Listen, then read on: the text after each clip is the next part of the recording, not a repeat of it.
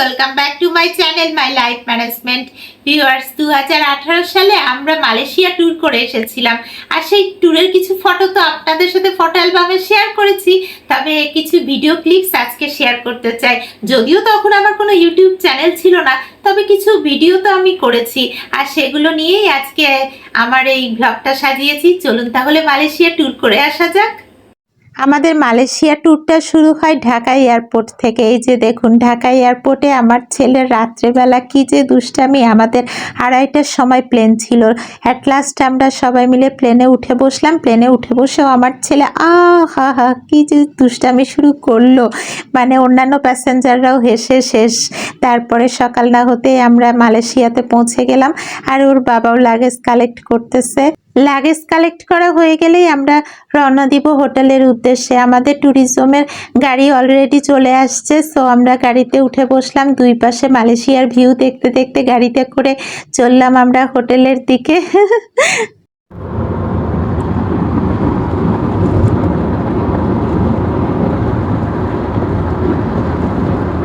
এই দেখুন, আমার ছেলে যে সানগ্লাস পরেছে, মনে হচ্ছে সানগ্লাসটা মালয়েশিয়া ট্যুরের জন্যই তৈরি করা হয়েছিল। রাস্তাঘাটে অন্যান্য গাড়িও দেখলাম, আশেপাশে সেই পাহাড়ি ভিউ। আরে এত সুন্দর দেশটা ভাবতেই পারিনি। মালয়েশিয়া এসে মনে হচ্ছে রিয়ালি আমাদের ট্যুরটা খুব অ্যামেজিং হবে।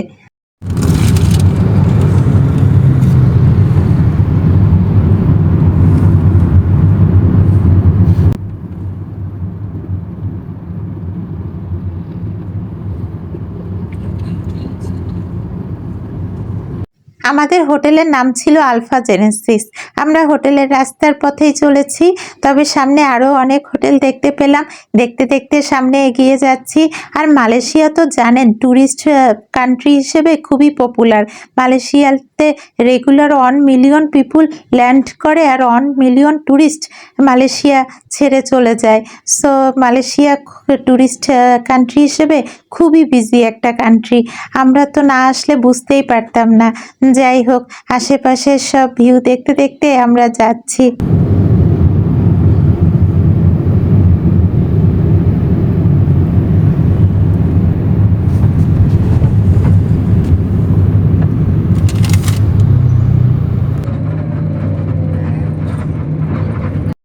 আমরা এখন মালয়েশিয়ার কুয়ালালামপুর সিটিতে আছি। বুঝতে হবে কিন্তু আমার এক্সপেকটেশন তো এত ছিলই না যে কুয়ালালামপুর সিটিতে এত ওয়াইড স্প্রেড রোড, মানে কি বলবো, সত্যি সারপ্রাইজড হওয়ার মতো অবস্থা।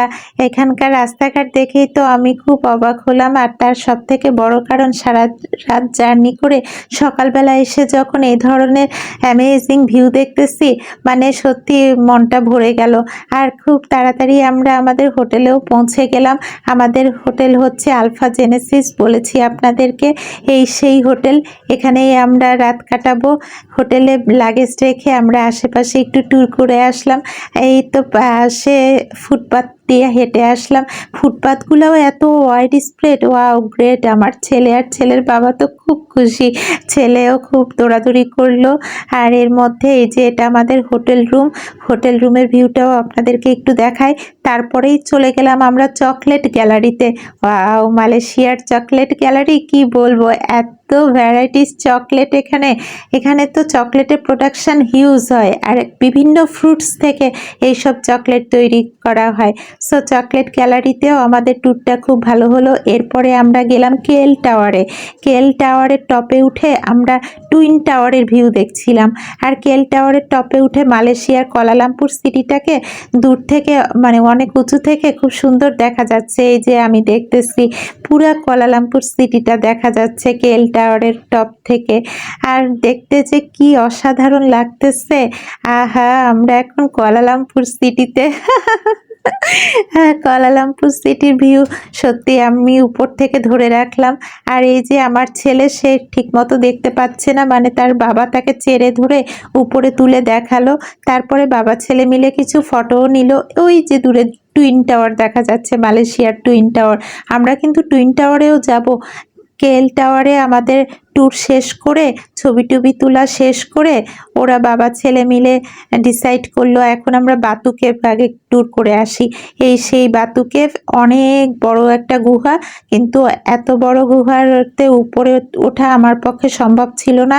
500 সিঁড়ি অতিক্রম করতে হবে। সো আমি আর পারবো না বলে উঠিনি। তবে আশেপাশে বাতু কেভের আশেপাশে ঘুরে দেখলাম এখানে প্রচুর কবুতর ঘুরে বেড়াচ্ছে। আমরা হাজব্যান্ড টাইপ কিছু ছবিও তুললাম। বাতু কেভের সামনে মূর্তিটার ভিউ নিলাম। আর তারপরে দেখলাম অনেক লোক বাতু কেভের উপরে উঠতেছে, কিন্তু আমরা শুধু তাকিয়ে তাকিয়ে দেখলাম, উপরে ওঠার মতো সাহস আমাদের ছিল না। তারপরে বাতু কেভের আশেপাশে কিছু ছবি তুললাম, ঘুরে টুরে বেড়ালাম। আমার ছেলেও কিছু দৌড়াদৌড়ি করলো, ঘুরে টুরে বেড়ালো। এরপরে এখানকার ট্যুর আমরা শেষ করে এরপরে নেক্সট কোথায় যাব জিজ্ঞেস করলাম। আমাদের যে ট্যুর গাইড ছিল সে আমাদেরকে জানালো বাতু কেভে ঘোরা হয়ে গেলে সে আমাদেরকে নিয়ে যাবে কিং প্যালেসে। আর কিং প্যালেসে আসার পরে ওয়াও, এখানকার যে রয়্যাল গেট, এই গেটে দাঁড়িয়ে আমি কিছু ছবি তুললাম। আর আমার ছেলে তো দেখতেই পাচ্ছেন যে ফাঁকা জায়গা পেয়ে দৌড়াদৌড়ি করে শেষ। এই মালয়েশিয়া শহরটা মানে মালয়েশিয়া দেশটা কিন্তু পাহাড়ে ঘেরা, কিন্তু বোঝার উপায় নাই জানেন, এত মানে মডার্ন এস্টাবলিশমেন্ট যে বোঝার উপায় নাই যে দেশটা পাহাড়ে ঘেরা। আমার ছেলে আবার কিং প্যালেসের দারোয়ানের সাথেও ছবি তুলেছে। সিকিউরিটি গার্ডের সাথে ছবি তোলার পরে সে খুব খুশি। এখন বাবার হাত ধরে ঘুরে বেড়াচ্ছে। একটা ট্যুরিস্ট গাড়িও দেখছি, ওই যে দূরে ট্যুরিস্ট বাস এসেছে এখানে। আমিও কিছু ভিউ নিলাম কিং প্যালেসের আশেপাশে, ওই যে দূরে পাহাড় পর্বত দেখা যাচ্ছে। এরপরে আমরা গাড়িতে উঠে পড়লাম। গাড়িতে উঠে আমাদের এবার নেক্সট ডেস্টিনেশনে যাওয়ার পালা। কোথায় যাব আমরা? হ্যাঁ, চলে আসলাম টুইন টাওয়ারে, মালয়েশিয়ার টুইন টাওয়ার। এই যে টুইন টাওয়ারের সামনে পানির ফোয়ারা, এগুলো দেখতেছিল আমার ছেলে। তারপরে টুইন টাওয়ারের ভিউটা সহ আমি ছবি তুললাম। টুইন টাওয়ার এত উঁচু যে এই পুরা টুইন টাওয়ারের সাথে আমার ভিউটা ঠিকমতো আসছিলই না। তারপরও টুইন টাওয়ারের সাথে যতটুকু সম্ভব ভিউ নিলাম। আর আমার ছেলে তো এই দেখেন পানির ফোয়ারার নিচ দিয়ে ঢুকে পানিতে ভিজে টিজে শেষ। কি যে মজা করলো। আমি বললাম যে চলো আগে টুইন টাওয়ারের ভিতরে ঢুকি। টুইন টাওয়ারের ভিতরে ঢোকার আগে আমরা ছবি তুলতে তুলতে অস্থির। এত ভিউ নিয়েছি আমরা টুইন টাওয়ারে। আর টুইন টাওয়ারের দুইটা টাওয়ার কিন্তু একসাথে কানেক্টেড। এরপরে আমরা প্যাভিলিয়ন নামে একটা শপিং মলের সামনে দিয়ে গেলাম। এরপরে রাতের বেলা আমরা আবার হোটেল থেকে বের হলাম। বের হয়ে টাইম স্কোয়ার নামে আরেকটা শপিং মলে আমরা ঢুকলাম এবং এখানে আমরা কিছু ছোটোখাটো শপিংও করেছি। আর সব থেকে বিশেষ করে চিটাগাংয়ের এক ভদ্রলোকের দোকান থেকে আমরা কিছু চকলেটও কিনেছিলাম। এরপরে শপিং মল থেকে বের হওয়ার পরে ওই যে দেখা যাচ্ছে কেএল টাওয়ার, আমাদের হোটেলের জানালা দিয়ে কেএল টাওয়ারের ভিউটা রাতের বেলা দেখা যাচ্ছিল। রং বেরঙের আলো দেখা যাচ্ছে, মানে খুবই ভালো লাগছিল। রাতের বেলা পর্দা সরিয়ে আমরা টুইন টাওয়ারের ভিউ দেখতে দেখতে সকাল হয়ে গেল। এরপরে সকালবেলা আমরা ব্রেকফাস্ট করছি। ব্রেকফাস্ট করেই আমরা রওনা দিলাম ট্যুরিস্ট বাসে করে গ্যাংটকের উদ্দেশ্যে। আমাদেরকে ট্যুরিস্ট বাসে করে নিয়ে যাওয়া হলো। ট্যুরিস্ট বাসে আমরা 3 জন মিলে একসাথে বসেছি, আর বাস তো ছুটে চলেছে।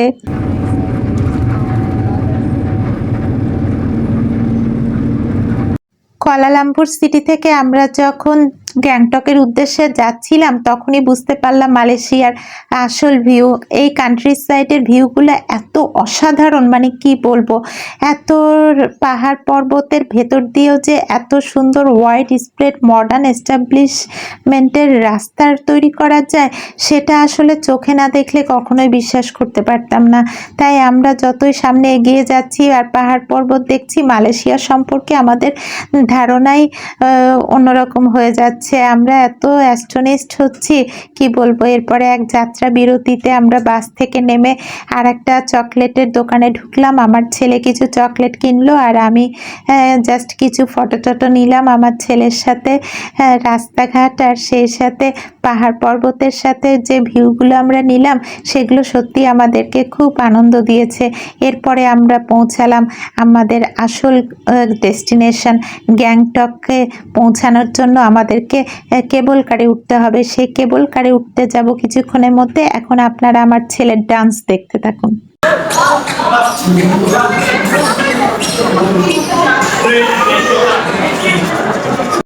কেবল কারে ওঠার সময় দেখলাম প্রচুর টুরিস্টের ভিড়।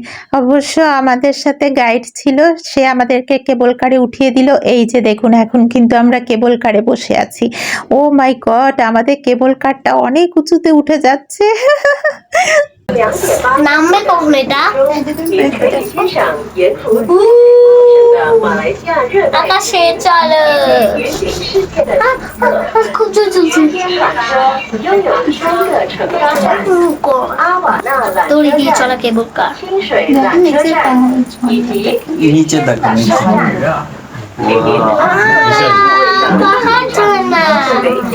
ঝর্ণা থেকে আমরা যাচ্ছি, ঝর্ণাটা ওই দিকে যায়। কেবল কারে আমাদের এক্সপিরিয়েন্সটা এক্সাইটিং ছিল, হেভি এক্সাইটমেন্টের মধ্য দিয়ে আমরা উপরে উঠতে থাকলাম। আমরা এত উপরে উঠতেছি মানে বুঝতে পারছি না যে কত উপরে আর উঠবো। নিচে দেখা যাচ্ছে পাহাড় পর্বতের মধ্যে টাওয়ার বসিয়ে বসিয়ে এই কেবল কারগুলো তৈরি করা হয়েছে। আমরা শেষ পর্যন্ত অনেক উপরে উঠে গেলাম, এতটাই উপরে যে মেঘের দেশে মনে হচ্ছে চলে আসছি। সব কুয়াশা হাতে ঘেরা, অনেক নিচেও দেখা যাচ্ছে। যাই হোক, আমরা উঠতেছি। এর মধ্যে আমার ছেলেও তো খুব এক্সাইটেড, ও বারবার বলতেছে যে আমরা আর কত উপরে উঠবো। এটা নিচে কেন নামছে? কারটা নিচে। আমার ছেলে বুঝতে পারে নাই আমরা কিন্তু নিচে নামছি না, উপরে উঠছি। এত উপরে উঠে গেছি যে উপরে একেবারে মেঘের মধ্যে, মানে এত কুয়াশার মধ্যে আমরা উঠে গেলাম। এত কুয়াশা, কিছু দেখতে পাচ্ছিলাম না। ঠান্ডা, আমরা একেবারে ঠান্ডার দেশে মনে হচ্ছে চলে আসছি। আর নিচে বিভিন্ন ভিউ দেখা যাচ্ছে, আর আমরা অনেক উঁচুতে। কেবল কারে করে এত উঁচুতে উঠে যাব ভাবতে পারিনি। এখন আমরা নামবো কোথায় জানি না, তবে সামনে এগিয়ে যাচ্ছি। নিশ্চয়ই সামনে ডেস্টিনেশন আছে আমাদের নামার। চলুন ভিউয়ার্স, গেলে আপনারাও আমাদের সাথে গ্যাংটকে ল্যান্ড করতে পারবেন। এখন আমরা নেমে যাবো।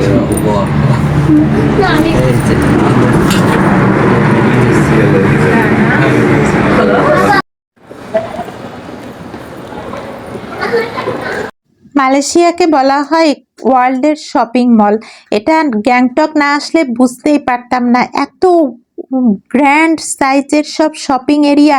ও মাই গড, এটা তো মানে কি বলবো, এক একটা দোকান, মানে আমার কাছে তো মনে হচ্ছিল যে ঢুকলে আর রাস্তায় ফুরোবে না, মানে কোন দিক দিয়ে বের হব।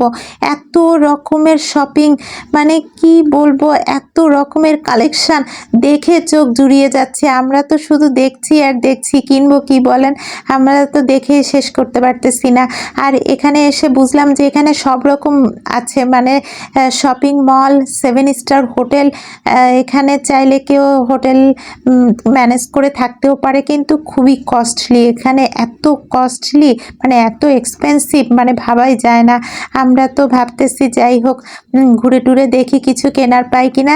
আর এর মধ্যে আমি কিছু ভিউ নিলাম, মানে ছবি তুললাম। আমার ছেলেও বিভিন্ন জায়গায় ঘুরলো। এখানে দেখলাম খ্রিস্টানদের একটা চার্চও আছে, অনেক কিছু আছে, মানে এত বিশাল এরিয়া, খুব ভালো লাগলো। ঘুরে শেষ করতে পারছি না। এর মধ্যে লাঞ্চ আওয়ারের টাইমে আমরা লাঞ্চে একটা জাপানিজ হোটেলে খেলাম। জাপানিজ হোটেলে দেখেন বসার অ্যারেঞ্জমেন্টটা কেমন। এরপরে বাইরে বের হয়ে, ও মাই গড, এটা একটা 7 স্টার হোটেল। এই হোটেলের সামনে আমরা কিছুক্ষণ ঘোরাঘুরি করতেছি, কিন্তু এত ঠান্ডা। ভিউয়ার্স, গ্যাংটক তো অনেক উঁচুতে, তাই ঠান্ডাটা অনেক বেশি। আর না আসার আগে তো বুঝতে পারি নাই যে এখানে এত ঠান্ডা হবে, যার কারণে আমরা শীতের কোনো কাপড়ও নিয়ে আসি নাই। যাই হোক, একটু কষ্ট হলেও আমরা বেশ মজা করেই ঘুরতেছিলাম। হ্যাঁ, এত কুয়াশার মধ্যে মনে হলো আমরা ঠান্ডার দেশে চলে আসছি। কুয়ালালামপুর সিটিতে কিন্তু এত ঠান্ডা ছিল না, কিন্তু গ্যাংটকে এসেই ঠান্ডার মধ্যে পড়ে গেছি। তাই হোক, আমরা ছবি টবি তুললাম, আমার ছেলেও খুব মজা করলো। মজা করতে করতে আমরা ভাবলাম যে আমাদের সময় এখন ফুরিয়ে আসছে, আমাদেরকে কেবল কার স্টেশনে পৌঁছাতে হবে। সেখানে পৌঁছালে আমাদের গাইড থাকবে, আমাদের গাইডের সাথে আমরা বাস স্টেশনে যাব, মানে ট্যুরিস্ট বাস স্টেশন। সেখান থেকে আমরা কুয়ালালামপুর সিটিতে আবার রওনা দিব। আমার ছেলে কিছু পোজ দিয়ে ছবি তুলে নিল ইতিমধ্যেই, কিন্তু আমরা যে কেবল কার স্টেশনে পৌঁছাবো রাস্তা খুঁজে পাচ্ছিলাম না।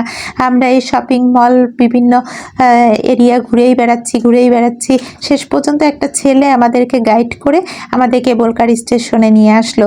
নিয়ে আসার পরে আমরা তো একটু স্বস্তির নিঃশ্বাস ফেললাম।